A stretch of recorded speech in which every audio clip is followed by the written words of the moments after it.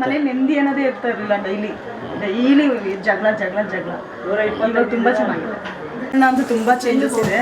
ಮೊದಲು ನೆನೆಸ್ಕೊಂಡ್ರೆ ಎಲ್ಲೆಲ್ಗೋ ಹೋಗ್ಬಿಟ್ಟಿತ್ತು ನನ್ನ ಜೀವನ, ಸಾಕಪ್ಪ ಜೀವನ ಅಂತೇಳಿ ಫುಲ್ ಎಂಡಿಗೆ ಬಂದುಬಿಟ್ಟಿದ್ದು. ಇವಾಗ ಇಲ್ಲಿ ಬಂದಮೇಲೆ ಇವಾಗ ಸ್ಟಾರ್ಟಿಂಗ್ ಥರ ಇದೆ ನಮಗೆ, ತುಂಬ ಚೆನ್ನಾಗಿದೆ.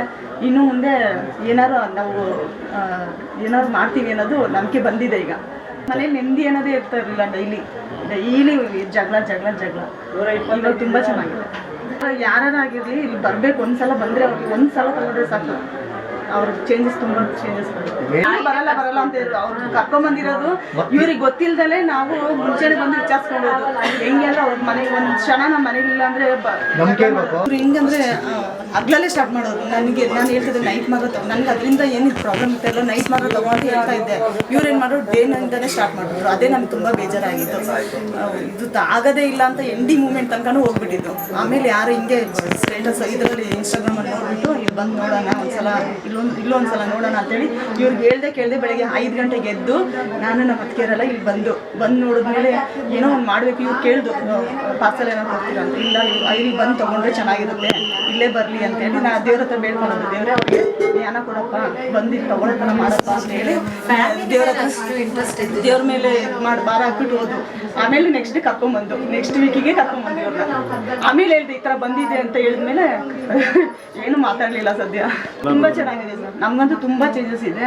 ನಾವು ಫ್ಯಾಮಿಲಿ ಜೊತೆ ಚೆನ್ನಾಗಿದ್ದಾರೆ ಅವರು ಅಷ್ಟೇ.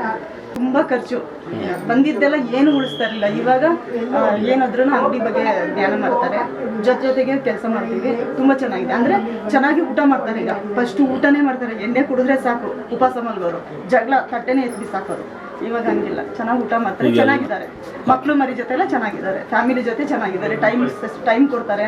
ಇವ್ರಂತಲ್ಲ, ನಮ್ಮ ಅಣ್ಣನೂ ಅಷ್ಟೇ, ನಮ್ಮ ಅಣ್ಣನೂ ಕರ್ಕೊಂಡು ಬರ್ತಾ ಇದ್ದೀನಿ.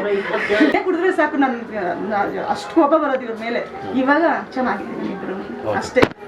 ನಮ್ಮ ಥರನೇ ಎಲ್ಲರೂ ಬರ್ಬೇಕನ್ನೋದು ಖುಷಿ.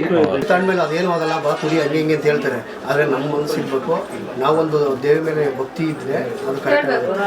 ಅವ್ರು ಹೇಳಿರಿ ಅಂತೇಳಿ ಔಷಧಿ ತಂಡು ಕುಡಿದ್ರು ಅದು ಏನು ಬೇಕಾದ್ರೂ ಇದು ಮಾಡ್ಕೊಬೇಕು, ಹಂಗಲ್ಲ. ಫಸ್ಟು ಮೇನ್ ನಂಬಿಕೆ ಇರಬೇಕು. ನಾವು ಮುಂದೆ ಚೆನ್ನಾಗಿರ್ಬೇಕು ಅಂತಂದರೆ ನಂಬಿಕೆ ಉಳಿಸ್ಕೊಂಡ್ರೆ ಕರೆಕ್ಟಾಗಿರುತ್ತೆ. ನಂಬಿಕೆ ಕೆಡಿಸ್ಕೊಂಡ್ರೆ ಏನು ಮಾಡೋಕ್ಕಾಗಲ್ಲ. ನಾನು ಇದಕ್ಕೆ 4 ವಾರ ಬರ್ತಾ ಇರೋದು, ಅದ್ರ ಬಗ್ಗೆ ಜ್ಞಾನನೇ ಇಲ್ಲ. ಡೈಲಿ ಒಂದು ಫುಲ್ ಬಾಟಲ್ ಹೊಡಿತೀವಿ, ಬೆಳಗ್ಗೆ ಮಧ್ಯಾಹ್ನ ಸಂಜೆ.